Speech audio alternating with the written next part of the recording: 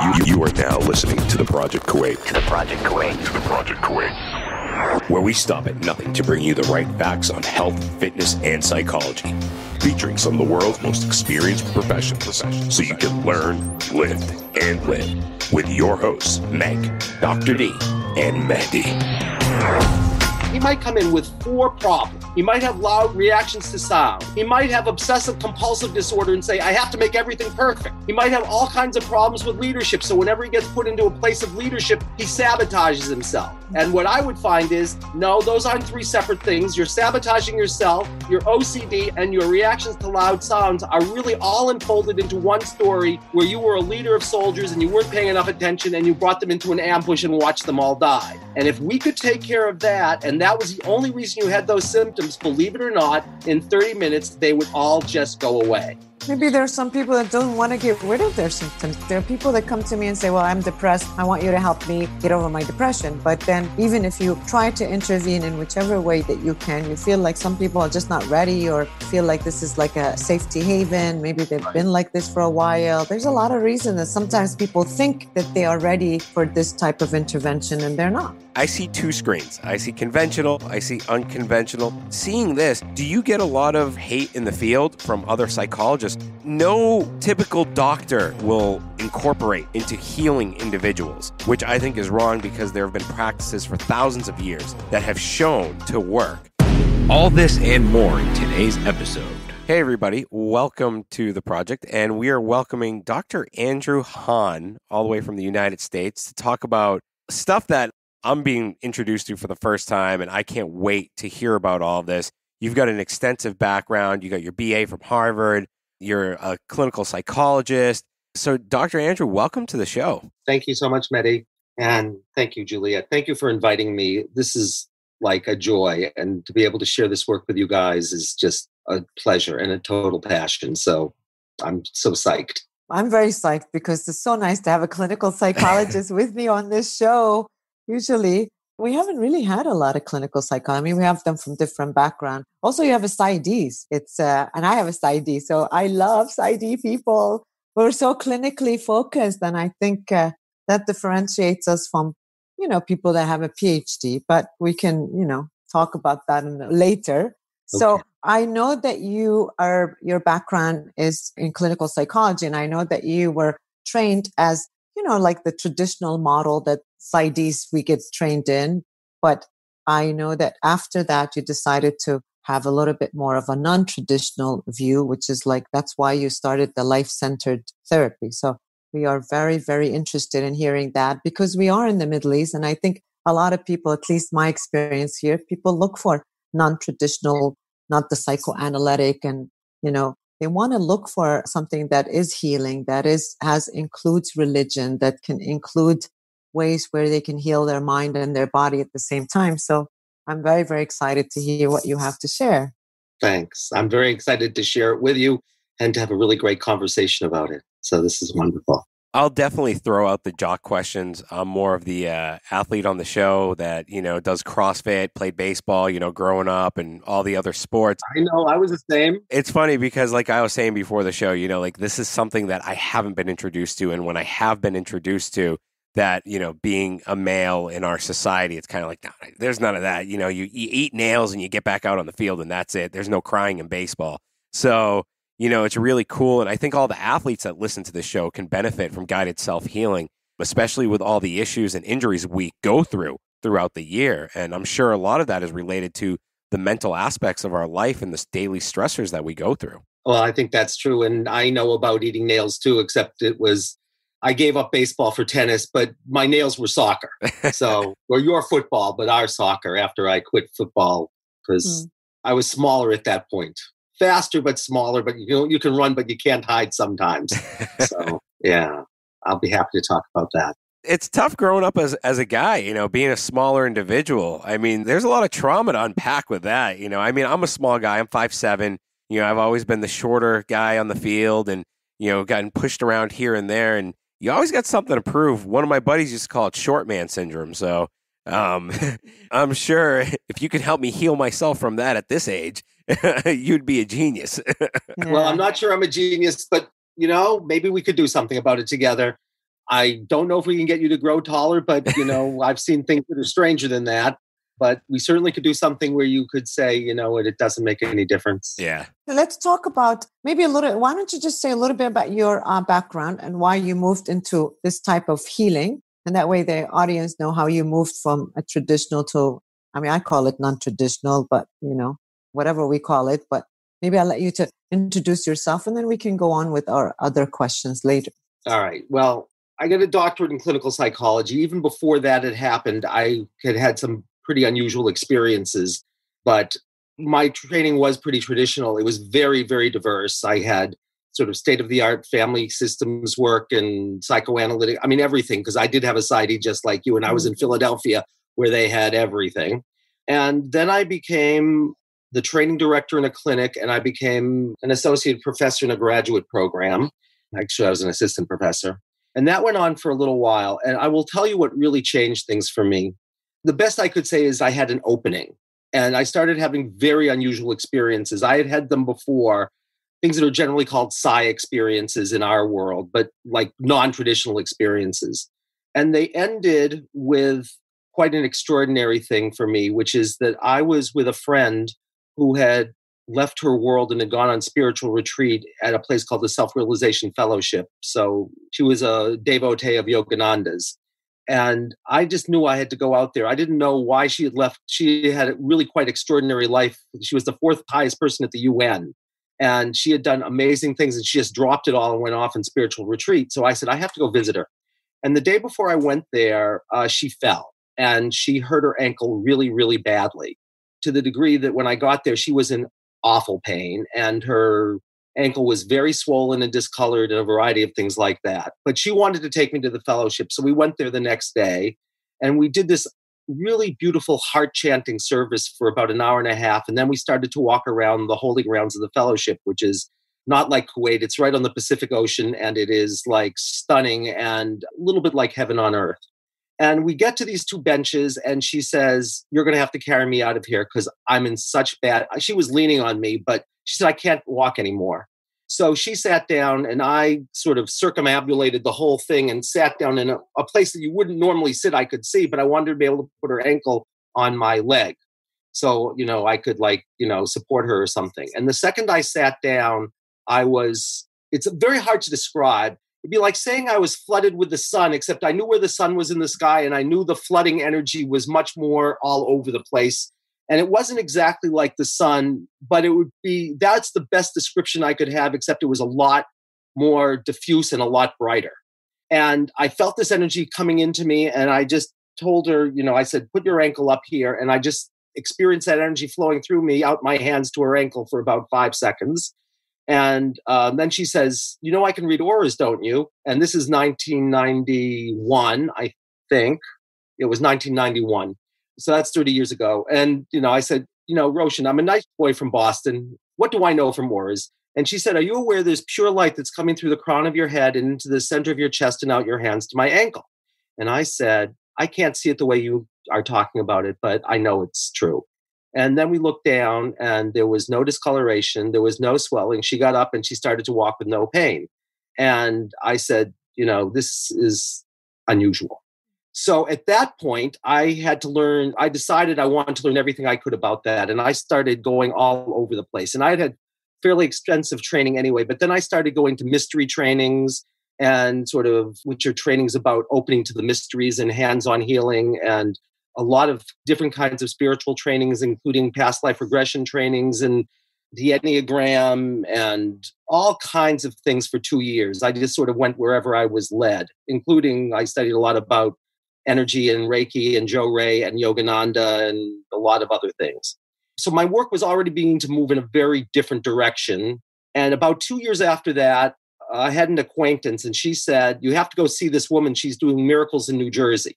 Now, I live outside of Boston, and I say I can open the miracles anywhere.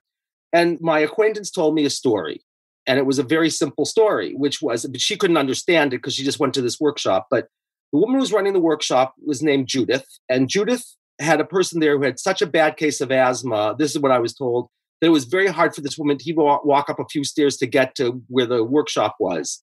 And then Judith did a session with her, And she used something called muscle testing, which I had never heard of 30 years ago. I don't know if you know muscle testing or kinesiology, but I didn't know it then. It's a way of accessing your deepest wisdom through your body. That's what basically muscle testing is. And she did this muscle testing, and it said for this woman to tap all over her body while she told a story. That's all my friend could tell me.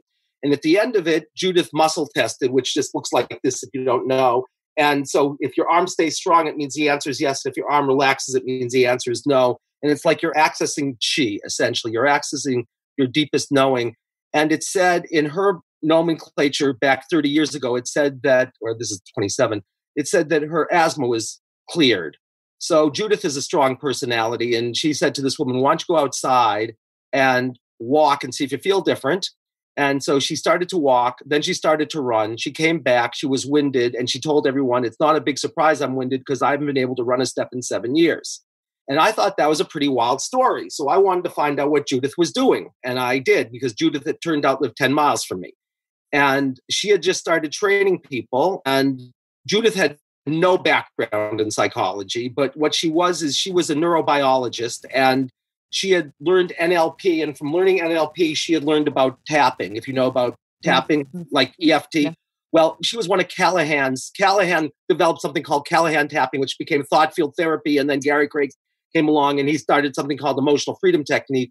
But Judith was prior to all that. And she had learned from Callahan directly. It was one of Callahan's original students.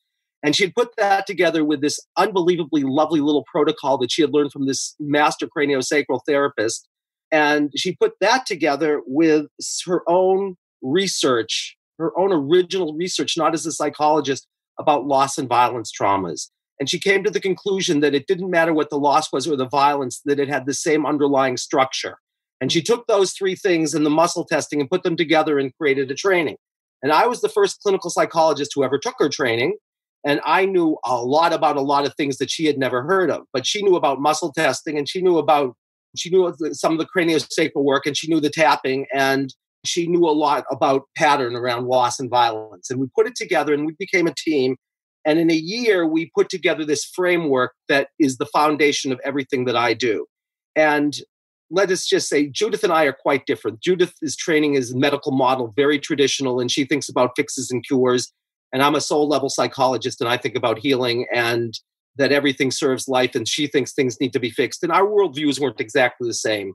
Anyway, I started co-training with her. I started co-teaching with her until we went sort of our separate ways 24 years ago. And then I started training people in what I do. And what I do has really grown since then. But I've seen things like that. I've seen things that make the session about the woman with asthma having it go away in 20 minutes seem mundane.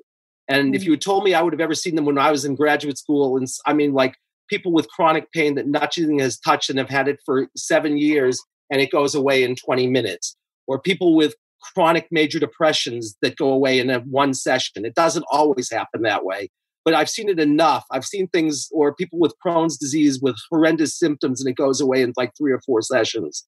And all of that stuff we have documented qualitatively. But every session is kind of like a miracle. So that's what I do. And I can describe it to you. It's very simple. I can tell you the whole thing, what the foundation of what I do and what I would want your audience to know in about 1 minute, which is simply why people go to therapy, what therapy is, and how it works. And I think it's easy to describe, actually. So if I can have a minute, I think I can tell you the answer to those 3 questions as far as I'm concerned. Yeah. So I think there's only one reason people go to therapy. Only one. I don't care why they're going to therapy. They could be going for chronic pain. They could be going for autoimmune disease. They could be going for depression, anxiety, bad relationships, alienation. And if they're suffering, I think the reason they're here is there was something that couldn't be handled and integrated.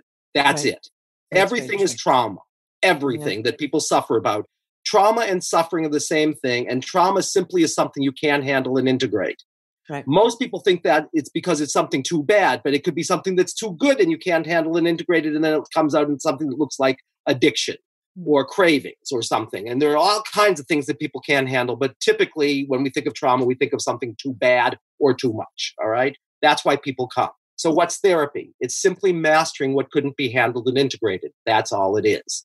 And it's very easy to say how to do that, believe it or not. which is that whenever there's a trauma, whenever there's something you can't handle and integrate, in that moment, a sensation is born.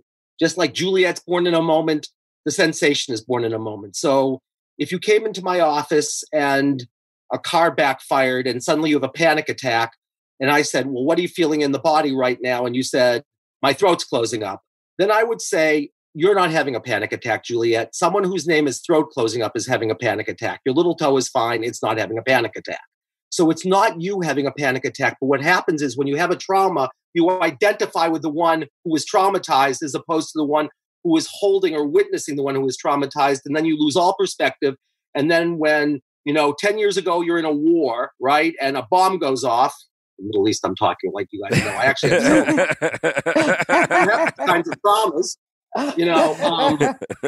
It's actually apropos that I use this word. I wasn't thinking about it. But, That's fine. Bomb goes off. He can't handle it as a soldier. 10 years later, a car backfires and it's close enough to the bomb going off that he has a panic attack and he's on my floor, right? But he's not having a panic attack in 2020. A younger him is having a panic attack in 2010. So, and that younger him, its name, let's say he says, when I'm having the panic attack, is throat closing up. So I would say throat closing up is an exact equivalent of that person 10 years earlier who's in the war and can't handle the bomb going off. All right? So it becomes very simple to know how you can heal trauma. If I gave your audience one thing, it would be this. If you can choose to bring all your awareness and focus all your attention on throat closing up, that's your new name, whatever comes next is its story. And if you just sit with that story, you'll stop identifying with throat closing up and you'll start identifying with the one who's choosing to be with and host and witness throat closing up. And then depending on if you're visual, you'll see a vision of what happened, right? Oh my God, I'm in the war. I can see it. If you're auditory, you'll get a sense about it, like you're reading a novel, but you're the main character. And if you're kinesthetic, you'll end up on my floor like bombs are going off. And it doesn't matter which one it is because you're choosing to experience the story now as opposed to having it automatically. And as soon as that happens, you're free because you've mastered it because you chose to face it. So what I would say to your audience is a funny thing, which is that every discomfort is the exact equivalent of something that couldn't be handled. And everything that can't be handled, I don't care what you call it, will have an associated discomfort. And all you have to do is choose to bring all your awareness to that discomfort to such a degree that it's like you've become it, and then just find out what it's come to share. I don't care what you think it's come to share any more than if, Medi's in the room and I say, Juliet, what's happening with Medi? And Medi says, why the hell are you asking? Well, I can't say that. Why are you asking her? No, you're fine. You're fine. I'm sitting here. Why aren't you talking with me? And I would say the same thing. I talk with body sensations, okay? And I will tell you that having been trained in pretty much everything you can imagine, if all you did that, I think you would be better off than 98% of the people you go to healing for, because they're going to try to talk about it. And we have a word for that, in our world. It's called trickle-down economics. It's like you start up in the head and you think you can talk about something. It's irrelevant almost. But there's an immediacy as soon as you choose to become the thing, face and become the thing that you were afraid to experience. And then you're free. And if you do that with everything, you will be totally free and you could say yes to everything. So what I am inviting people into is remembering. It's an invitation to remembering something that was split off from you, to reintegrate it until at the end, you're entirely free and anyone could do anything to you. And there'd be no anxiety. There'd be no judgmentalism. There'd be no comparison. You could just say yes. And that's what we're shooting for. And then one of two things happens. Either your symptom goes away, like the asthma or the panic attack or the chronic fatigue or the chronic pain or the depression, or your relationship to it changes to such a degree that you don't have any anxiety about it anymore. I mean, it's like, okay, it's just one more thing happening in life. It's like, I have a terminal disease and I'm also wearing a blue sweater. And it's really like that, which doesn't mean you'd be happy about the fact that you were dying, but you wouldn't have anxiety about it. You wouldn't say, why did it happen to me and not to somebody else? You wouldn't do any of those things. You just say, that's life. And it's not a big deal. And it's no more of a not big deal than anything else. So that's the simple version of what I do, is if you have something that you're suffering about, scan your body, notice what's going on in your body, choose to focus on it to such a degree and bring your awareness there to such a degree that you become the sensation and then get actively receptive. And if you just did that, life would be good. Way better than talking about something. But then you need to do three things, right? One of them is you have to find out what the true intention is, because you could be seeing a symptom. And I'll tell you what I mean. Let's suppose our nice man who has the panic attack. This time, the problem isn't that a bomb went off and he was a soldier. This time, the problem is that, whatever you want to make sense of this, he was a leader of soldiers in World War I. And he's not paying enough attention, and he walks all of his men into an ambush and watches them all die as bombs go off and kill them, okay? Then his problem is not that a loud sound is there. The problem is that he betrayed a trust. And if I could diagnose that his real problem is that he betrayed a trust and not that he had a reaction to a loud sound, which was only a symptom that was part of the betrayal, what I might be able to do, he might come in, let's look at this for a second. He might come in with 4 problems, right? He might have loud reactions to sound, right? He might have obsessive compulsive disorder and say, I have to make everything perfect. I don't know why, but I know something terrible is going to happen if I don't. He might have all kinds of problems with leadership. So whenever he gets put into a place of leadership, he sabotages himself. And what I would find is, no, those aren't 3 separate things. You're sabotaging yourself, right? Your OCD and your relation and your reactions to loud sounds are really all enfolded into one story where you were a leader of soldiers and you weren't paying enough attention and you brought them into an ambush and watched them all die. And if we could take care of that, and that was the only reason you had those symptoms, believe it or not, in 30 minutes, they would all just go away. Because your symptoms are an invitation to remembering something that couldn't be handled and integrated. So all I need to do, I'd say, I'm going to get a more elegant, powerful, simple result if I can find his real problem is betrayal as opposed to reacting to loud sounds. And I can do a whole diagnostic and I can sort of find out what universal stories people are in if it's not the thing they came in with is a symptom of something deeper. That's the first thing. The second thing is you have to find out where it originated, because everything after the origination is just a reliving of an echo of the original situation. Or my guy who has the panic attack when the car backfires. Well, it won't help me so much to work on his reactions to sound in 2020. I have to find out it originated in 2010, because after that, everything is just an echo, right? And it will echo forever, trying to give you a chance. It's like, you couldn't handle that one, so we'll keep giving you chances. We'll keep drawing it to you. And then you have to find out if whoever it is that's getting traumatized, if they need something other than just sharing their story. And and I will tell you, the most powerful thing you can do with someone is tell them to choose to become the thing that couldn't be integrated by focusing on the body sensation and then saying, I'm choosing to be with you. I'm witnessing you. I'm holding you. Or if you're religious, I'm hosting you, right? I'm remembering you. And by remembering you, I am integrating myself. I bring back a part of myself that's been split off or frozen, and I bring it back together. So you won't feel like a part of you is missing anymore, right? And for doing that, I know hundreds of possibilities. And if all you do is emotional freedom technique, then you'll have everybody tap. If you know EMDR and emotional freedom technique, you'll say, I don't know which one's better for you. I'll find out. Now, I could make a guess about EMDR versus EFT because they do different things, but why should I guess if your deepest wisdom knows? So how I'm going to find the answer to all of these things is I'm going to say what you believe doesn't really matter. Because if you knew why you had the problem and what to do about it, you wouldn't be coming to see me. So I have to find a deeper part of you that knows. And the deeper part of you that knows, we all have a name for, right? So if you're in China, it's called Qi, like Qigong or Tai Chi. If you're in Japan, it's called Qi, like Reiki. I do not know what it is called in the Aboriginal cultures in the Middle East, but believe me, they have a name for it. The only place that doesn't have a name for it is the rational West that thinks it doesn't exist, which is just a blind spot because they can't account for certain things, right? So really what we're talking about is your life force and your deepest intuitive knowing. It's when you just know something is true. It's like Mehdi says, I could be in Manhattan right now playing baseball, but for some reason I had to go to Kuwait and I just know it. And everyone says, Mehdi, you are crazy. You're going to go to Kuwait? You could be in Manhattan. Mehdi says, I don't know why, but I know it's true for me and I'm going to Kuwait. All right. It's funny. I'm from Boston, and that's what all my friends said to me. Like, my mother's originally from Natick. I lived there. I grew up there. I'm not sure what part of Massachusetts you're from. And I went back to the States for college, and all my friends, when I said, yeah, I'm moving back to Kuwait, I'm going to continue my education there. Like, are you insane? It's just post 9/11, the Iraq War, and they all tried talking me out of it. But, it's one of those things. And I hate to cut you off because I have a question that's been burning inside, and I'm just like, I'm floored by the amount of knowledge I gained in 25 minutes, to be honest with you. But one question I wanted to ask a while ago is, do you believe in, through your experience, children don't experience pain like adults? As adults, we overshoot pain, in my opinion. But when my son, who's 6, gets hurt, he's over it. He doesn't need pain meds. He doesn't need any of that.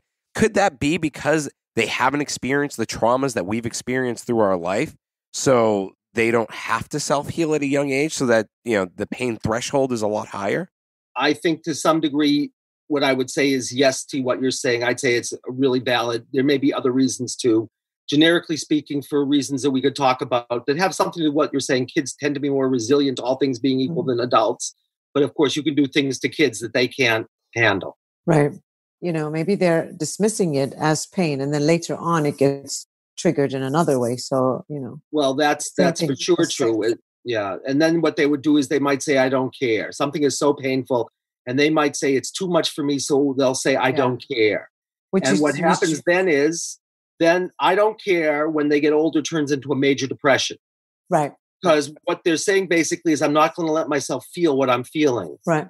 And so one of the reasons people get into major depressions, I think, is when they're at an earlier point, something happens and it's too much for them. And the way they protect themselves is they protect themselves with a protector that does protect them. It's the best choice they can make, but also limits them, called I don't care. And then whenever anything looks like the original situation, they'll protect themselves with something called a major depression. I had a case like that. I had a case of a young man who had 3 major depressions in a row, and no one knew what it was, and nothing was working. And I found out what it was. It was exactly this. When he was 3 years old, he had made a special gift for his father. And he was trying to give his father, it was Christmas time, and he was trying to give his father the gift, and his father was having a lot of trouble at the time and pushed him away. And the father goes up the stairs, and this boy is like holding on to his father, trying to like get him to take his gift. And the father walks out, right? And drives off.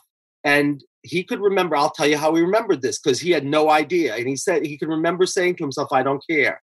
How did that come to be? He was in a major depression when he came to see me. He'd been in a major depression for 2 months. The past 2 years, he had been in major depressions that lasted like 4 to 5 months. And nothing he was doing was helping it. Eventually it would just go away in time. And he was in the middle of this major depression. And I do a muscle test and I say, this is going to sound funny to you, but in my system, your depression isn't the problem. It's the protection from a worse problem. And he said, that sounds nuts. And I said, all right, I'll tell you what happens. I said, well, what does the depression feel like? And he says, okay, I can. And I found out using my diagnostic, which I can tell you more about so you can understand why people stay strong, because you're going to press on a muscle and it's either going to stay strong or relax. And I found out that it originated when he was 0 to 5 years old. Okay. So I said, here's what you're going to do. Heavy Wet Oatmeal is an earlier version of you. Its name is Heavy Wet Oatmeal, or younger, what he uses his name. He lets me use his name. His name is Nate, because he goes and tells everybody about this anyway. And he said, all right, so this is 3-year-old Nate who's making a choice. We're going to find out what choice he made. He becomes this thing, right? And he says, oh my God, I heard something about this, but it becomes very immediate when you become it. He can experience himself. He's down trying to give his father this gift. And his father goes away and he remembers saying to himself, I don't care, and shut down entirely. Okay. And this degree to answer Medi's question, it looks like he's resilient. He's not. He's just numbed himself. Okay. So he has a major depression. So what I do is I say, here's what we're going to do. You made the best choice you could have at the time, right? But it's now 18 years later and something happened that re-triggered the choice, and your major depression. It's why medication isn't helping you. It's why cognitive behavioral therapy isn't helping you, because it's a choice you made at 3. And if we can find out why you made the choice, how can you solve a problem if you don't know what it is? Well, we found out the cause. The cause happened at age 3. I say, he's here right now. Become him. He says, oh, I know what's happening. He relives the story. All right. I say, well, now we know what happened. So what we're going to do is we're going to just put him across the room and put him in the past and say, look, you made the best choice you could have made. But what I'm going to do is I'm going to make a different choice. And what it is heavy wet oatmeal was a protector that he asked to come in. So all you do, this sounded nuts to him. He said, I just said, choose to bring it outside of you. And he looked at me like, you're crazy, kind of. But it's already outside of you, because if you can witness heavy wet oatmeal, right, you're still witnessing it. So from the point of view of the witness, you can witness it. It's outside you. So all I said is bring it further outside you, outside your body, so you can see it outside your body. He said, I can do that. Okay. I say, look, that was fear-based protection. You're going to send him a gift from the future. It's going to be called love-based protection. So what you're going to do, because we're all pure channels of source energy, you're going to channel source energy into heavy wet oatmeal and send it back to 3-year-old Nate. And we're going to see what happens. And 3-year-old Nate receives the gift. And he says, like, my dad's having a problem, and went off happily. All right. And then I said to him, all right, now who you really were before that was hiding or was hidden underneath heavy wet oatmeal. So you should feel more spacious. He said, I do feel more spacious. I said, go into the space and find the truer you that was hiding there, because he was getting devastated. So he was protected. And he goes and he says, I see this boy.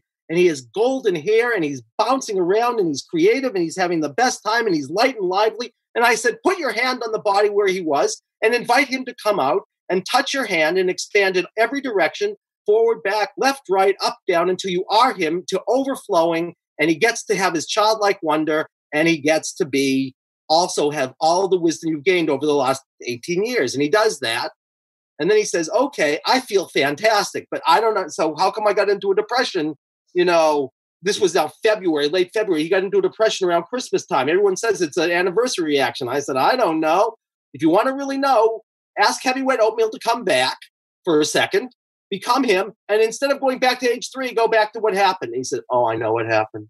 He said, no one thought there was any precursor. There was no cause for this depression. That's why they thought it was biological, because he wasn't eating. He was early morning awakening. He had no interest in life, didn't care about anything. You know what he says? He says, I know exactly what it is. He said, it never occurred to me. 2 months ago, he was a college student now, and he was the head of an improv troupe. And he goes to his father and he says, Dad, I'm the head of this improv troupe, and I would love it if you'd come to my opening. And Dad has now remarried and has 2 kids. One is an infant and one's a young toddler. And he says to Nate, I'm so sorry, I can't go, because we made an agreement for the time being that we're not going to get babysitters and we're going to just keep the kids here. And he says, Dad, no problem. I don't care. And the next day he went into a major depression. Of course, he had no idea. So he says, all right, smarty pants, because now he's having fun. He says, what happened the year before that? Because my dad went to my play and he received my gift. And I said, I don't know. Why don't you just bring back heavy wet oatmeal again and go back a year earlier? So he goes, he says, I know what happened. Had no idea. You know what happened? He had a girlfriend. And he made a special gift for the girlfriends. All these things happen at Christmas time because it's not because it's an anniversary. It's because it's why didn't it happen when he was 12? Because the same thing didn't happen. He makes a present for his girlfriend, really special present. And he can see her and she has this fake smile on her face. And he knows that she's basically saying, I don't want your present. And she has this fake smile and says, thank you. And he didn't register for him. And he says, I don't care. He said, I could see myself say, I don't care. Next day, he went into a major depression, lasted 4 months. Then what happens is, I said, all right, well, that's the only reason. I find out that's the only reason you have a depression. He says, his mother comes in and he says, Mom, I'm starving. Let's go to get a double cheeseburger. And his depression went away in 20 minutes. And I'm not telling you all depression does that. It went away in 20 minutes and it never came back. I have a question. I mean, I'm sure that they're going to be, first of all, I'm sure that your theory conflicts a lot of these psychiatric thinking of everything is biological. And, we all know that chemical, biological, environmental. I mean, that's one question. So I wonder if how many people have... You want to take one at a time, or you want to give me all of them? Well, I mean, no, I'm just going to, I'm going to tell you this one. But then the second one is that I wonder if you could tell the difference between the clients that have benefited, because this really means that they have to have insight into some of their old experiences so they'll be able to connect. Or do you feel like the client doesn't really have to have, they're not intellectual or aware or... Insight doesn't matter one iota. They're not going to analyze anything. They're going to become a body sensation and then they're going to share a story. It takes zero insight. Except it takes time because they have to share their story. He's in a major depression for 2 months. He's been in 3 major depressions over the last year. Sharing that story took 20 minutes and his depression was gone. Yeah, he had to share a story. So he had to share a story if they can connect. But what happened I'm telling you, I've done this for 27 years. Everyone can connect. I haven't met one person who can't do it yet. Not one. Well, you got to practice here then, because you a lot invite of times me over, I'll train people. I could train people in one day and they would know how to do better than many therapists. I mean, some people are much more aware, but there are other people like, no, I don't know why I have a panic attack. I've never had anything. No one knows why they have a panic attack. Yeah, like... And I don't even care if in fact, if they think they know why they have a panic attack, it's probably a little bit harder because they're going to be wrong or they're not going to know what to do about it. So who cares? I mean, my program was very analytic. Mine too. Yeah. So it's like, but no, people don't need any insight. The story is there. All they have to do is have it be revealed to them, and no one can't do it. I can tell you stories. I mean, I got an 11-year-old kid who was really on the spectrum and was totally out of control. And I found out, it was very interesting, I found out that what it was a curse that started 5,000 years ago. And he found the curse, and he said, I know what happened. It happened when I was in this lifetime. He told me this. He said, it happened to me when I was 7 months old in the womb, and this thing happened, and everything changed. Now, you know what he didn't know? What? He didn't know that the pregnancy was going along fine until 7 months, at which point he stopped growing. And the curse was about not growing. I mean, for short guys, right? And what he didn't know, which his mother told me, he told me this happened when he was in the womb at 7 months old, whatever you want to make of that. And his mother heard this story and turned white and said, he doesn't know this, but his failure to thrive started when he was 7 months old in the womb. This kid was about in the 3rd percentile. He had, among other things, he had failure to thrive. He took off this curse, and in 3 weeks, he went from the 3rd percentile to the 25th percentile of weight because he got rid of a curse with a curse gun. He destroyed the curse. He went and destroyed the curse. And then he started to grow. And then he did another curse, and the next day he set the table without being asked, and he would never set the table. And if you asked him, he would have a temper tantrum. But his mother said, what the heck did you do to him? I said, well, you can ask him. He said, we took off a curse. He didn't need insight. He just went back to where it started and changed it with his curse gun. Brilliant intervention. Way better than anything I could have come up with, right? Yeah. So you don't need insight. The insight is inside. It's there. All you have to do is not have insight. All you have to do is say, I'm going to listen to you. You're here sick to stomach feeling. You're here heavy wet oatmeal. I'm going to bring my attention to you, and whatever comes to me next is insight. You know how long it would take to get Nate to regress to age 3 and find that story in analytic therapy? I can tell you how long it took because he was in analytic therapy and it didn't do him any good. And believe me, he had a lot of insight. His mother is a great therapist, and his father, they're very intellectuals, and his insight did him nothing.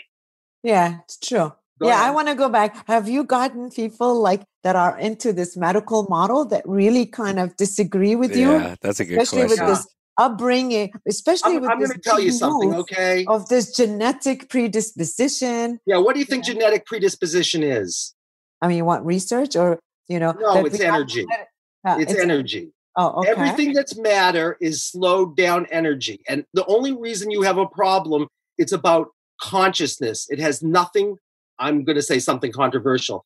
Biology comes out of energy. It's a manifestation of energy. So you can work on the body forever. And you know what that's like? It's like Newtonian physics before Einstein and quantum mechanics. And everyone said to Einstein, you're crazy. And you want to know something? He could account for things that they couldn't account for, right? And so I'd say to anyone in the medical model, I'll say, that's fine. You work with them as much as you want, and I will too, and let's see who gets a better result. So what I can tell you is, I think all of biology is irrelevant. I mean, because it's story. Biology, when you say, my biography is my biology, right? Your manifestation is the manifestation of a narrative that you may or may not be aware of. And if you're not aware of it, you're going to live a fated life. And if you are aware of it, you'll live a destined life. And it's really that simple. And the beauty of what I'm doing is I've gone and studied polyvagal theory. I know I know this stuff. And I will tell you what they say, in my experience, doesn't make sense. Because if you start with a biological point of view, you're going to say, if you regress somebody from a biological point of view to age 2, you're going to have to get them to be resourced again. And I say, that's crazy. Because if you're the witness and you choose to become the 2-year-old, the 2-year-old is here right now, and they will never get re-traumatized. And I can tell you, I have worked with people that people would say, there's no way you can do what we're doing, except for the fact that we are, and they're writing all about it.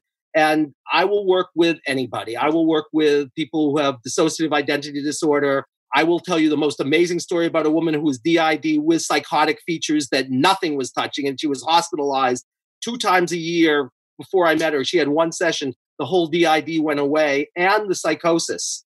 That's unusual. And if I told you that story, you'd say that's really wild. But believe me, that woman was on more psychiatric medication. I was going to say, do you tell these individuals that they can stop their medication if they get better after 1 session? I say, you're the master of your own life, baby. So even if they got better, they probably will stop their medication. And if they have a relapse. Yeah. I mean, I say the only thing I care about is if it's useful. We're not having a philosophical conversation here.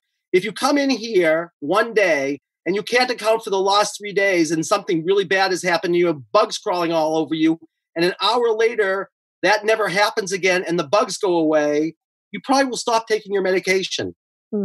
But you did then have to open to things that most psychiatrists, you want to know what that story was? That was an amazing story. Yeah. She had a horrendous history, and they thought it tested. She watched her mother kill her sister. There was amazing bad shit going down in this family, okay? So I do my diagnostic, and I say, I'm going to tell you something, because when she wasn't psychotic, she was quite a good reporter. I find out, I said, what the diagnostic is saying is you have something called a superimposition, and a superimposition is an energy that takes you over. Does that make any sense to you? And she looks at me like I'm crazy, and she said, I'm going to tell you something. When I was 8 years old, I was taken over by an energy. I even know when it happened. She was seeing a psychiatrist at the time because of all the things that weren't being talked about. But she said, I was at this, she was Southern Baptist, and she's at this like fire and brimstone like sermon. And she said, this energy took me over and I felt so weird, like I was never myself again. And the next day she said, I went and I told my psychiatrist this. And you know what he said to me? He said, you're crazy. And he put me on Thorazine. And I vowed I would never tell anybody again. And this is now probably a little over 30 years later. And she said, but I know what happened. I said, all right, here's what we're going to do. We know when this thing originated. It happens to muscle test that you know exactly when it is. We're going to go back and have you be that little girl. And this time when the energy takes you over, we're going to do something different. Okay. And so she goes back and she says, this energy is taking me over. And it said she knew what to do. And you know what she started to do? She started to do a dance unlike anything you've ever seen in your life, and anything she's ever seen either. She's 1/16th Native American, and she's just starting to get interested in this stuff. And she says, there's something about my heritage, right? She's 1/16th Cherokee, and she had just started really learning about this. And she said, I'm supposed to do a dance. She doesn't know any Native dances. And she starts to do this dance that looks like the flower of life. If you know that symbol, if you don't, it's an amazing symbol. But to a Native American beat. And she does it for a minute, and she looks up at me like, what am I doing? And about a minute after that, you can kind of, if you're attuned to it, you could feel the room shake and get lighter. And she said she was done. And you know how many times she was hospitalized after that? When I saw her? 0. And I happened to see her last year. She and I ended up in the hospital, a physical hospital. And I saw her. I hadn't seen her in 25 years. And she said, never came back. Wow. Now, I'm not going to tell you all psychosis is because energies took you over. But right. I will tell you something. The mother of Nate, she tells this story too. This is a strange story. She came into me one day and she said, you've got to help me, because she is heterosexual female, right? Has never had any feelings for women at all. And suddenly she's having these feelings. We're next to a middle school, and she is seeing these like prepubescent 11-year-olds walking by. And she has this very intrusive thought that I won't tell you what it was because it was very graphic. And she said, it's just this, I'm having this experience. And it's like, if I had less of a weak ego, I'd be in jail right now. So she said, I don't know who can help me. And I have no idea what this is. I went and visited my mother, but I visited my mother before that. This has never happened. So we found out that, in fact, it originated about a month ago. And we went back, and do you know what happened? It was really an amazing story. she was in a relationship with a man who was on the Vice Squad, and he was doing a sting on a pedophile. And he and that man got into a big fight. And that night, she and her lover made love. And whatever you want to believe about this, I would say that the reason that first man was a pedophile was that an energy took him over, whatever you want to understand about that. And when the two men got into a fight, it went into the man's field, but you can be like a carrier on it's like a virus. Sometimes you don't get the symptoms. They had sex. And if you want as a woman to really open to a field, like if you have intercourse with somebody, you better be careful who you're having intercourse with, because you will have everything, all of who they are and all of who they've been with is going to get inside of you. Of course, we think we're just having fun or something, but no. I mean, we're in the West, we're crazy. And we found out, and I said, okay, well, then we know what it is. And we found out the intervention that was called for was light, because light is a vibration. And if you can hit the right algorithm of light, it's like the vibration of the light, which is each color of light is like a face of the divine. And she channeled the certain colors of light, and then she said, it's gone. And it never came back. And she sent it off with love into the light, and that was it, gone. So I want to work with people in hospitals, and I want to work with people in prisons, because if you can do a diagnostic and you know that these things exist, whether you believe in them or not, I don't care. Because if we have a result like that and we get a lot of pedophiles out of prison and they're not pedophilic anymore, who's going to care if it was really a dark energy or they just believed it? Nobody. It's an interesting question. I want to flip a little bit to Dr. Dinka and you, because I see two screens. I see conventional, I see unconventional that dates back somewhat of thousands of years, because, you know, chi has been practiced throughout generations for thousands of years, and energy forces. I think every major, help me out here, society, or every ancestral society has had some type of a belief in energy forces. And it's interesting to see because, you know, I see this from both worlds right now. I get, you know, the traditional psychologists today, you know, and the smart ones like Dr.D who dig back deep and try to, you know, decipher everything in someone's life to find what generated that reaction. And now I'm hearing you, and I have to admit, you must get a lot of, I mean, seeing this, do you get a lot of resentment in the field or hate in the field from other psychologists? Because it's something that no typical doctor, and I'm talking medical doctor also, will incorporate into healing individuals, which I think is wrong, because there have been practices for thousands of years that have shown to work. And these healers or these doctors nowadays who are more holistic doctors, you know, they get a lot of hate from the medical field. So do you get the same type of hate that they see? I mean, just what's your experience with that? Well, first of all, I don't go to traditional conferences and talk about this stuff. I go to things like energy psychology conferences or behavioral medicine conferences or transpersonal hypnosis conferences or things like that. And they invite me to come. And I certainly could do it on an edgy tradition. I mean, my training is more traditional than anybody's. I have a straight doctorate in clinical psychology. Believe me, they weren't teaching me this stuff. So the beauty is I can talk about it to you any way you like. If you don't believe anything I said, I'll find a way to talk with you. I've had people who are atheists. They say, never say the word source. I say, I don't even know what it is. I have other people say, don't say the word past lives. I said, I don't know about past lives. If I want to talk to somebody, I say it's kind of like play therapy. Well, most traditional psychologists can get into play therapy. I'll say it's just like adult play therapy, except I do it with kids too, right? I have to find a way to talk with you that will speak your language. Do you see us backing away from traditional medicines and traditional beliefs of how we prescribe medicine, how we diagnose disorders medically, psychologically? I mean, you seem like you have an extensive background in this and talking chi. You know, I want to dive down the rabbit hole and ask you questions on ayahuasca and finding yourself with that, because I'm sure you've done a lot of research and you know that game. So do you see us backing away from that? Do you see Western medicine in the United States backing away from some of these typical beliefs that we have seen for, you know, the past 20, 30 years, when in reality, we're kind of taking steps back and we're saying, hey, wait a minute, everybody, why don't you move more before popping a pill? What I'd say is I see that world polarizing. I think it's like, really, it's polarizing, which is too bad. I mean, that's why I do want to go and talk. You know, I want to talk with everybody. I want to talk with very mainstream psychiatrists. I want to talk with everyone. And I have no problem with them. I have no problem with people taking medication. I mean, it's like, you know, anything can move energy. Certain medications open your heart chakra. I'm not opposed to medication. I can even muscle test and find out if, your Elavil is something that's really helping you out, theoretically. So I don't care. I just want them to feel better, right? And what I'd say is, like, if someone's afraid of where I'm at and I see them as other, someone has a problem and it isn't them, it's me. So I don't have any problem with anybody doing what they're doing. And, we all have something to learn from each other. And they know things I don't know. I may know some things that they might be interested in. I'll tell you, I think this one's going to win because it's a more elegant theory. Just like, it's sort of like you go from Newtonian physics to quantum physics and relativity. And you can explain certain things with quantum physics and relativity that you can't explain in Newtonian physics. But quantum physics and relativity can't explain certain things that I think I can explain. Because as soon as you open to the idea that there's consciousness, everything makes sense. Because then if life is consciousness, then what are we? We're mystical cells in a mystical body called life.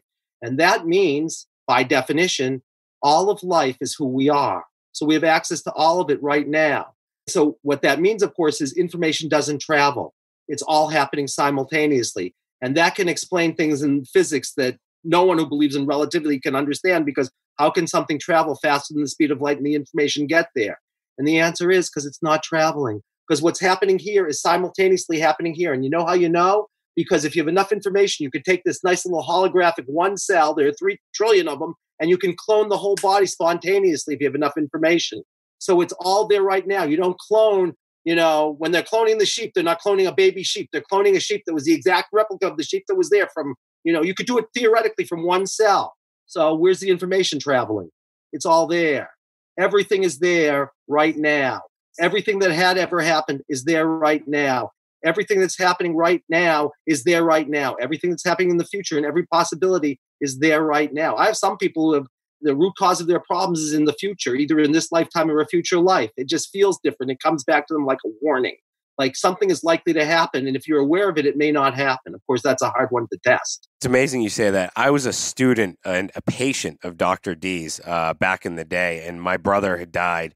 And I thought I was sad and going through depression. And she's the only person that unpacked the one thing that no other psychologist figured out.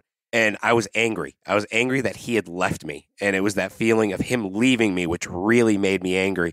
And I was going through rages, beating people up for about, a year or two until Dr. D helped me. And I love how these paths can create. Yeah, she did a great job. She did a great job. I turned into the model student, turned my grades around and everything. And I owe a lot of that to her because she actually dives deep down the rabbit hole with her clients. And, she did it with me, and she gave me something that not every other psychologist gave me. And they were all like, oh, you're sad, you're depressed because your brother died.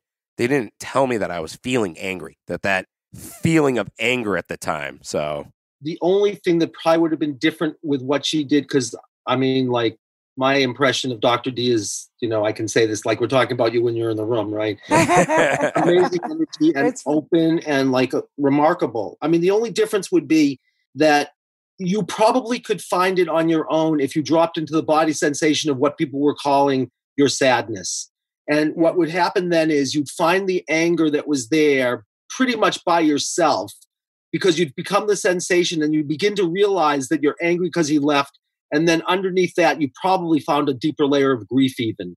And the only difference would be I could probably do a diagnostic on it for you so that the answer would be coming through you, through your body, because, it's like opening to a deeper aspect. And it can suggest things like, it can suggest that what's really going on, the next layer is about anger. All of that you can do a diagnosis on.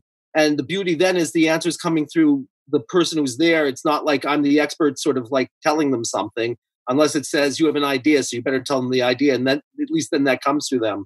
But yeah, if you have someone who's highly intuitive and sensitive and they're a psychologist and they can help you really go deeply into what you're experiencing, you're going to get amazing results. And very beautiful too. Oh, jeez. We got to say she's intuitive, sensitive, and that. Beautiful. I get paid to say that. I pay him for saying that. I don't believe it. I think he did it all on his own. But to go, you're right. And I think I too was trained mainly psychoanalytic. I don't know why PsyDs, they trained us as psychoanalysts and then they teach us about CBT. And I was in psychoanalysis myself, but the idea is that you're right. And I think some of the stuff that you are saying, it is connected to being able to understand the root or where does it, generate. So if I said, yes, I think that you're angry because your brother left you, and for you to say, well, tell me where you feel it and what does it feel like and where did it begin. So what you're doing is that what I see is that how you are allowing the person to feel the feeling and to be able to identify it and tell you when it started. Like his anger started when his brother died, for example. But it may not have, because that may have been, in your case, it sounds like it was, but maybe that was also a reenactment of something. You never know. Right. I mean, of the grief, I think you're right. I think that's true. I think the underlying there was a grief, but let's suppose, in an earlier story, however you want to understand it. Well, I grew up in an abusive home also. And, my dad was abusive growing up. My grandmother died. I was very close to her at a young age. And, I never really had closure on that. I'd left the hospital that day and I was really angry that I had left the hospital and then 2 hours later she had died and I was very close to her. So, there's a whole slew of things that can be unpacked. What all you're saying is you had a great therapist. That's very true. That is very true. You had a great therapist and she had a great client because, you're the one who actually does the work, We can put you in a direction. The client does the work. It's true. I think you're right. It's like when it comes from within the person, then, because sometimes it's like you can tell them what you're seeing, but they don't get it until they really start to connect it themselves. So, of course. Yeah. And the only thing that gets difficult is, if the root cause isn't in this lifetime and you have something horrific in this lifetime and you can work on it for a long time, but you say, something isn't working. Like I had a woman who had very good therapy for 15 years around ritual abuse, but a lot of her symptoms were still there, even though she'd come a long, long way. And she found me somehow. I don't even remember. This was like certainly well over 20 years ago. And she said, I must be missing something. Can you regress me again to my childhood? And there must have been some murder that I had to do that is accounting for my symptoms that we haven't found yet. So I muscle tested her and I said, I have some bad news for you, because she was very high up in the ritual abuse community. It said, your problem, the thing that your symptoms are right now that you think started in this lifetime didn't start in this lifetime. And we have to find out where it started. And it started in there are two kinds of past lives, theology and there's karma, right? So soul can come through blood and soul can come through energy. So something can happen to your ancestors and you can live that life out.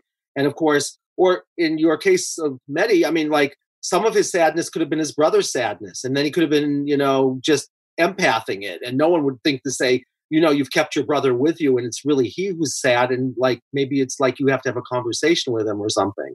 And all of that is diagnosable. So I can say that. But in her case, it said it was a karmic past life. Now, she didn't believe in past life, so I didn't say that. But I said, it's nothing that happened to you is it. And she went back in and found from these symptoms a story that was for her, given her religious beliefs, even worse than anything that happened in that ritual abuse, which is saying a lot. And I will not tell you what she found, but I can remember what she found, and it was more atrocious than ritual abuse. I think one could reasonably say that. But the ritual abuse that she found with people pulling off people's arms and et cetera, but not killing them, was an echo of the thing that she found in this other lifetime. And when we transformed the other lifetime, all the symptoms went away.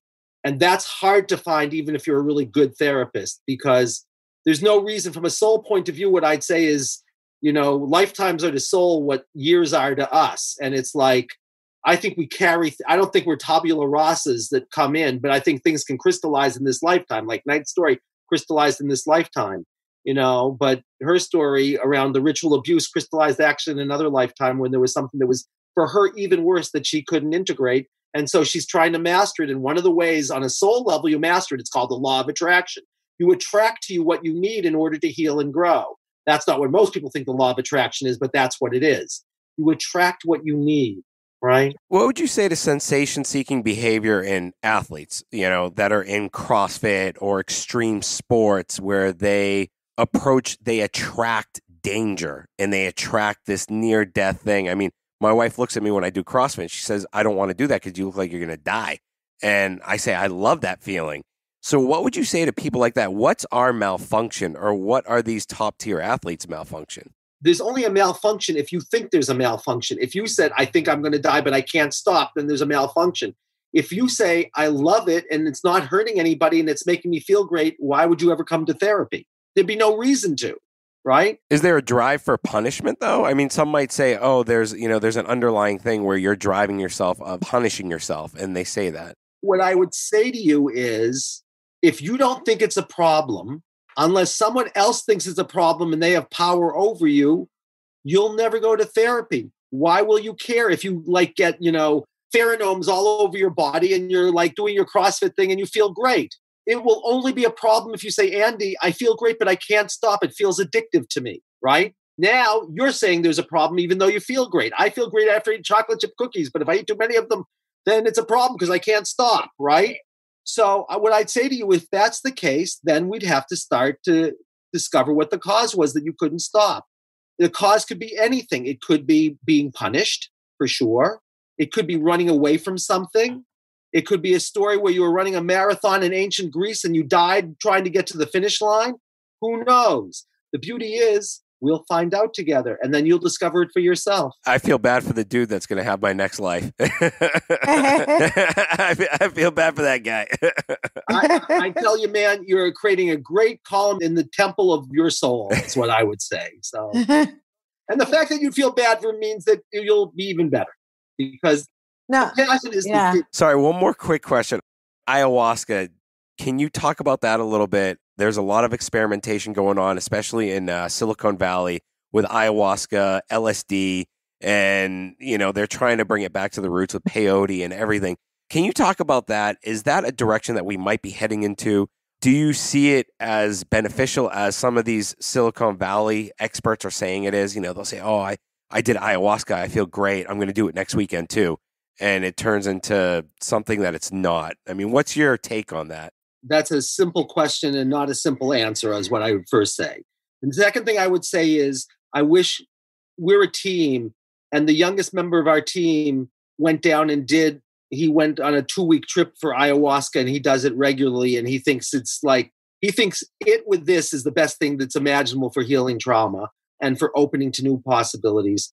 And I think by and large, what I'd say is you're in relationship with a goddess.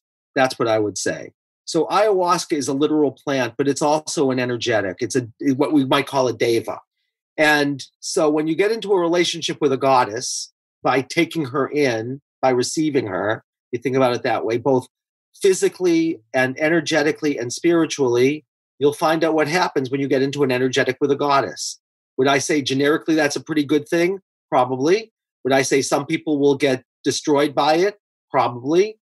But look, I'm open to everything. And I'm certainly open to that. And I'm certainly open to peyote and all kinds of other things. But, I'm thinking about whether I want that to be part of my path or not. It's certainly, I don't need that for my clients, but, he thinks we should put those two things together. And I'm open, because he's done all of our training and he's really quite spectacular. And he's now saying, what I really want to do is find a way to integrate, trips into the jungle and ayahuasca with the kind of healing work we're doing, because he went down there, and I guess I can say this. I'm hoping I can. No, you're good. You're good. Don't worry about it. Oh, I'm worried about for him. But the leader of the trip that he went on said, I've done all this ayahuasca, but I'm stuck someplace, and I think you could actually help me. And they did a session of life-centered therapy, and that helped get something that the ayahuasca didn't get. But I think ayahuasca can open you to things that this doesn't open you to. So does that help at all? Yeah, definitely. Definitely does. Sorry, Dr. D, I'm done. No. I mean, we need to wrap up, but I was just wondering, you have mentioned a lot of cases that it worked for. Have you ever had a situation where there are certain people or certain disorders or certain things that you felt like they weren't as successful with you? Sure. First of all, I'll give you the good news answer to that, and then the not good news for me answer to that. I had a woman who came in for a blood draw. Okay. She was in a graduate program, and all she wanted, she had to have a medical exam, and the medical exam included a blood draw. Okay. And she said, I'm never going to graduate from this program because I'd rather be dead than have to go my blood drawn. Mm-hmm. And it took us 1.5 years for her to be able to sit down and get her blood drawn. And I can't begin to tell you how many layers there were there. But like if I had said to her, we can just tap it out, because it starts with, well, what's a blood draw? Think about it for a second. You're being penetrated, right? Against your will, in this case, by an older man, and then blood is coming out. And that led her to a horrific case of a block memory of sexual abuse. it was really horrendous sexual abuse, which is why she repressed the whole thing. But that took us to lifetimes where she felt like she had betrayed people. And it was, so even when I have quote unquote successful results with people, I can't tell you, I mean, you might be in it with me forever. I mean, there's certain things that are easy, relatively speaking, like unexplainable chronic pain tends to be pretty easy because it tends to be one story. You find the story, you change it. But there are things about like becoming more and more mature that are like climbing a mountain, and it's going into deeper and deeper levels of the things you're afraid to experience about yourself. And that is, you know, I haven't found a way to make that one go slow. I mean, to make it fast, it's a very slow process for most people. But, you know, on the other hand, most of the great, you know, mystics also, I mean, you know, even before he was crucified, the week before, he's still screaming at God saying, why have you forsaken me? Right? So, but I've had a few people who I'd say from a subjective point, they keep coming, but I would say I have a man who has a horrendous case of OCD.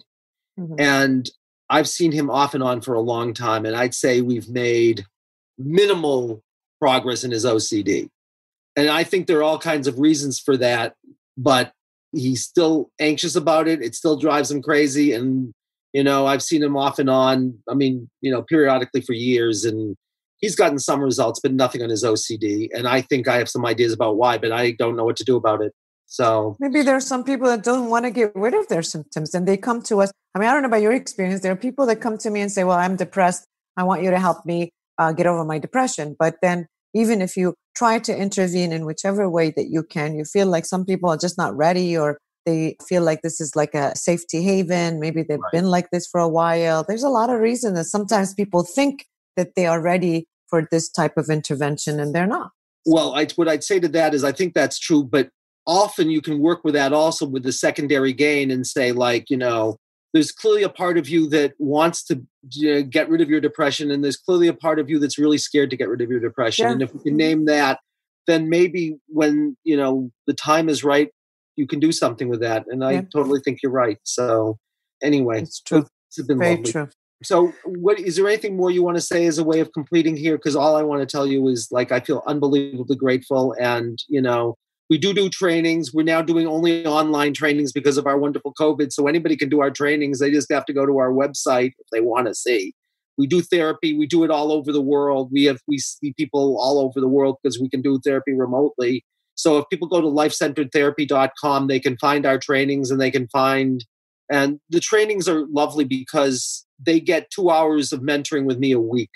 And I love doing that. So, you know, it's like we have people, you know, we have some very senior therapists, and we have people who've never done therapy at all. And the training's open to anybody who has a good heart and a good mind and who wants to go for it. So, how long does the training go for? I mean, how long is the training process with your program? Well, we're just starting online now. What it was before is it was 15 days over the course of the year was a first year. And in 15 days, I can teach someone all of the stuff about how to work with trauma. I can teach you the whole framework. I can teach you the whole diagnostic. I can teach you about all of these patterns like death wishes and betrayal and energies taking you over, and when something's a protection and when something's a reliving of the trauma. That all takes place in 1 year. Then there's a second year because we do many other things. It's like sometimes what you need to know is what you're passionate about, and it's not that there's a trauma you just don't know. Or sometimes it's about inner mastery, or sometimes it's about making more energy, or sometimes it's about maturity, or sometimes it's about the fact that somebody is judgmental about someone and they can't take their perspective into account. And some people have a problem knowing that they can open to all perspectives. And that takes a year. Plus, we teach people how to work with relationships and with systems. And then we do master classes. Do you do anything in sports? By any curiosity, sports or anything with athletes? I've definitely seen athletes. I don't do anything. I don't do trainings for athletes, although I would love to get into the mental side of athletes. And if I could go back, Dr.D knows this, I'd be a sports psychologist. Yeah. It's my one regret in life that I didn't do was get my psychology degree. And I took the route of being a business monkey. So I will tell you, if you want to be a sports psychologist, right, two things have to happen. The first thing that has to happen is you have to release blocks, because if you try to build a road and there are trees across it, if you don't know how to get rid of the trees, you can't build the road, right? So what you need to do, if you were working with anybody and they were like anxious or whatever they were, the first thing you just have them do, if you were doing it very simply, is you just say, what happens in the body when you're feeling the anxiety, or, you come to the ultimate, race and then you blow it. Let's find out what happens there. And once you do that, so you clear out all that stuff, which you can just do by, if you did nothing else but have them focus in their body and know that anything they say is the answer. So if they say, you say, what are you feeling in the body when you are, blowing it? And they say, I feel nothing. What you need to know is they're answering your question. Then all you have to do is ask them, where in your body are you feeling? I'm feeling nothing. And then they'll be able to tell you where they're feeling nothing. But if you don't know that, then you say, they're saying they don't feel anything. What does that mean? Yeah. And then what you need to know is everything they say is part of the process. So as soon as they go into the sensation, they are telling the story of whoever it is that's blocked, who isn't clearly them right now. It could be a 3-year-old them, and it could be layers of it. And after you've gone through that, then it's like you have a clear field. Then you can do practices that are more typical of sports psychologists, which is going to be eidetic imagery, like imagine yourself doing it like you're living it and you can see it and feel it and sense it. Yeah. And then you can do things that deepen that and install it more deeply, like something called tapas acupressure technique, which is simple to teach people. It just looks like this, and it's really good for installing positive things more deeply. Or you can do it vibrationally through sound and color. And that's all it takes to be a good sports psychologist, from my point of view. But I'm not a sports psychologist. Takes that and more schooling and a degree, which I really don't want to do. Well, here's what I'd say to you. If you went to an athlete and no one was able to work with him, and you don't have the schooling, you don't have the degree, and you work with him and he gets a good result, you think he's going to give a damn? No one will give a crap, because you got it to work. Yep. There was a result there. Very true. You guys have been such a joy. Oh, it's been a joy having you. I hope you come back on the show. Thank you so I'd love much. to have you back on. Yeah. Definitely, we got to bring you back on. If you come back on, it would be awesome to have you here again. Maybe we could come up with some crazy Kuwait questions for you. Some crazy Middle Eastern questions, that you can debunk for us. Wow. My most powerful experiences, other than the one I told you, all happened in Egypt. So I'm there. Oh, that's awesome. That's amazing. I'll tell you some wonderfully crazy stories about what happened to me in Egypt. But you guys thank you so much. Thank you. Thank you for coming on. And I'm sorry I talked so much. I didn't give you much. Oh, no, thank you. You had a lot of information. And I think a lot of our listeners, especially people that are looking for, the understanding of healing, I think they might reach out to you or even I might want to take your training, to be honest. I know, just to be able to understand this. Our training, I get to talk to you, I talk to you 2 times a week. That's awesome. Yeah. How can people find you besides your website? Are you on the social channels, Twitter, Instagram, any of that, or everything? You're on everything. All right, that's great. That's good. So they could just find you on Instagram. I'll put all your links in the show notes, and people can just find you there. That'd be great. And if you guys want me back, I'd love to come back. It's been a total pleasure. And, we can have more of a conversation next time, and I won't try to get all this information in an hour or whatever it was. But no, I think we should do something with a client or somebody that can come in with some of their own I'd be happy. I do a lot of remote sessions. Yeah. You bring any client in you like, and I'll be happy to do a blind session with them. Oh, I think that might be interesting though, Mahdi. Okay, I want to think about this. As long as we maintain their confidentiality, we got to work on the logistic of it. But I think it would be great to just I'll tell you, one person. Whoever you find me one person, because I do a lot of these things remotely on podcasts. Yeah, I want to see it actually.